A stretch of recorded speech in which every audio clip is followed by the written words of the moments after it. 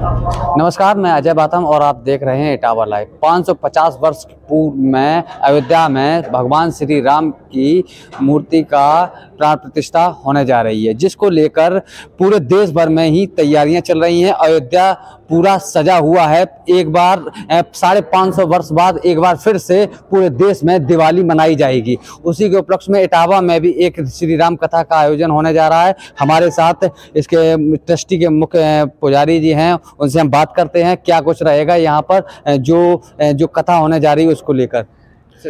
क्या अयोध्या में जिस तरह से भगवान राम लला जी के प्राण प्रतिष्ठा का कार्यक्रम 500 वर्षों बाद जो है होने जा रहा है, उसी के उपलक्ष्य में इटावा के वासियों का और इटावा के मैं कहूँगा लोगों ने दिव्य प्रेम सेवा मिशन के सहयोगार्थ यह पूज्य विजय कौशल जी महाराज की कथा का 16 से 20 तारीख तक आयोजन रखा है।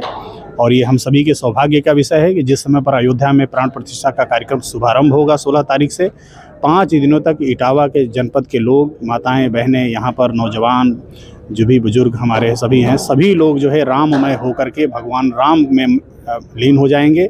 और भगवान राम के इस 500 वर्षों के बाद जब प्राण प्रतिष्ठा होगा, दीपावली का जिस तरह का उत्सव होगा 22 तारीख को, सभी लोग इसमें सहभागी बनेंगे और 10,000 के आसपास लोग नुमाइश पंडाल में इस कथा को सुनेंगे पूज्य विजय कौशल महाराज जी का। और उससे पहले जो है हम लोगों ने 15 तारीख को एक कलश यात्रा का शुभारंभ करेंगे दोपहर 12 बजे से, जिसमें 1251 महिलाएं जो हैं, हमारी माताएं बहनें जो है उस कलश यात्रा में सहभागी होंगी। और ये बड़ा हर्ष का विषय है कि इटावा जनपद के जो है इतनी बड़ी संख्या में पहली बार जो है माताएं बहनें कलश यात्रा लेकर के निकलेंगी। जो पहली बार इटावा जनपद में पूज्य विजय कौशल महाराज जी की कथा होने जा रही है, यह कथा ऐतिहासिक कथा होगी हम सभी के लिए। भगवान राम एक तरफ अयोध्या में आ रहे हैं, एक तरफ इटावा में राममय होकर के हम सभी कथा सुनेंगे। आप सभी इसमें जुड़े, सहभागी बने, हर्षोल्लास के साथ में दीपावली मनाएं। यह देश का जो है सौभाग्य है कि प्रभु राम हमारे फिर से मंदिर में स्थापित होने जा रहे हैं 500 वर्षों बाद। आप सभी इसमें जुड़िए। बहुत बहुत धन्यवाद आप सभी का। कितना मानते, मतलब जो 550 वर्ष लग गए, एक बार रामलला फिर अपने मंदिर में विराजेंगे, देश भर में दिवाली भी मनाई जाएगी, इस बार क्या रहेगा? देखिए, ये बड़ा सौभाग्य का विषय है कि जो आज के युग की पीढ़ी है, भगवान राम कहते हैं कि त्रेता युग में 14 वर्ष लगा था उनको वनवास काट करके आने में, और ये कलयुग में भगवान राम को 500 वर्ष लग गया भगवान राम की मंदिर का स्थापना होने में। लेकिन जो लोग अभी हैं, मैं कहूँगा बहुत सौभाग्यशाली हैं कि अपने आंखों से प्रत्यक्ष रूप से इस आयोजन को देखेंगे, इस प्राण प्रतिष्ठा को देखेंगे। जो भी जहाँ पर भी हो, जिनको वहाँ पर बुलाया गया है, जिनको निमंत्रण है, उनको वहाँ जाना चाहिए। जो लोग जो है नहीं जा पा रहे हैं, क्योंकि एक उसकी मर्यादा है, एक सीमा है कि वहाँ पर कितने लोग पहुँच सकते हैं। आप सभी जो है अपने घरों में रह करके अपने आसपास मंदिरों पर साफ़ सफाई स्वच्छता का कार्यक्रम चलाना चाहिए। सभी लोगों को उसमें सहभागी होना चाहिए। 22 तारीख को जिस तरह से हम दीपावली मनाते हैं, उसी हर्षोल्लास के साथ में दीपावली का आयोजन करना चाहिए, पूजन पाठ करना चाहिए। घरों में जो है दिवाली के लिए दिए जलाना चाहिए, झालर लगाना चाहिए, नए कपड़े पहनने चाहिए और भगवान राम की पूजा करना चाहिए। जो राम कथा होने जा रही है, इसमें किस प्रकार के कार्यक्रम रहेंगे? इस राम कथा में जो है हम लोग 15 तारीख को कलश यात्रा निकालेंगे और प्रतिदिन सुबह जो है जिस दिव्य प्रेम सेवा मिशन के तत्वाधान में ये कथा होने जा रही है, इसके संस्थापक अध्यक्ष हम सभी के श्रद्धा के केंद्र आदरणीय आशीष भैया पूरे 14 तारीख को यहाँ पर आ जाएंगे और पूरे 6 दिन तक इस कथा के लिए यहाँ पर उपस्थित रहेंगे।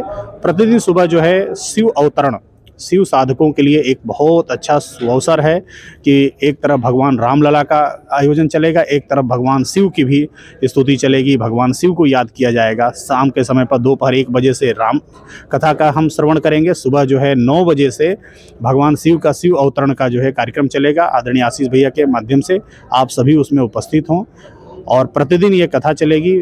शाम के समय पर जो है प्रसाद का वितरण होगा। आखिरी के दिन जो है 20 तारीख को यहाँ पर जो है भंडारा रखा गया है। आयोजन समिति के हमारे साथ जो है आदरणीय MP सिंह जी उपस्थित हैं, इस कार्यक्रम के जो है आप संयोजक हैं। और मैं कहूँगा कि आप सभी के बड़ा योगदान है और इस तरह के लोग जो है समाज में खड़े होने चाहिए। और इन्हीं कारणों से जो है आज समाज, देश चल रहा है। जिस दिव्य प्रेम सेवा मिशन के द्वारा हो रहा है, समाज के सहयोग से ही वो मिशन चल रहा है, न किसी सरकार और सहयोग से चल रहा है। हम किसी सरकार के सहयोग से आश्रम नहीं चलाते हैं। 650 बच्चों का हम लालन पालन पोषण जो है उस आश्रम में कर रहे हैं, कुछ रोगियों की सेवा कर रहे हैं। यह हम सभी के सौभाग्य का विषय है। मैं आप सबके चैनल के माध्यम से कहूँगा, इटावा जनपद और पूरे प्रदेश के लोगों को, देश के लोगों को उस आश्रम को अवश्य देखना चाहिए।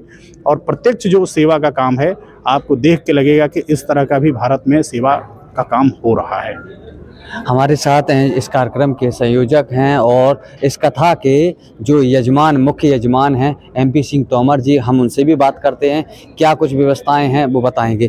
तोमर जी, किस प्रकार की व्यवस्थाएं की गई? ये बहुत बड़ी कथा है और कैसा क्या रहेगा, जो श्रोता आएंगे उनके लिए किस प्रकार की व्यवस्थाएं रहेंगी? नवाज पंडाल में ये कथा चलेगी 16 जनवरी से लेकर 20 जनवरी तक। उसके लिए व्यवस्थाएं ये करेंगी। वो एक भव्य निवास पंडाल में भव्य पंडाल बनाया गया है और पंडाल में कुर्सी और सोफा और बैठने की, ज़मीन पर बैठने की व्यवस्थाएं की गई हैं और कम से कम 20,000 आदमी तक बैठने की व्यवस्था वहाँ पे है। और इससे पहले एक कलश यात्रा निकलेगी 15 जनवरी को। 15 जनवरी कलश यात्रा 1250 महिलाओं कलश लेके चलेंगी। उनके साथ कम से कम 2-3 हज़ार आदमियों की और महिलाओं की भीड़ और साथ में रहेगी, जो कलश के साथ साथ चलेगी। उस कलश यात्रा का पूरे जनपद, मतलब शहर में पुष्प वर्षा से उनका स्वागत भी होगा।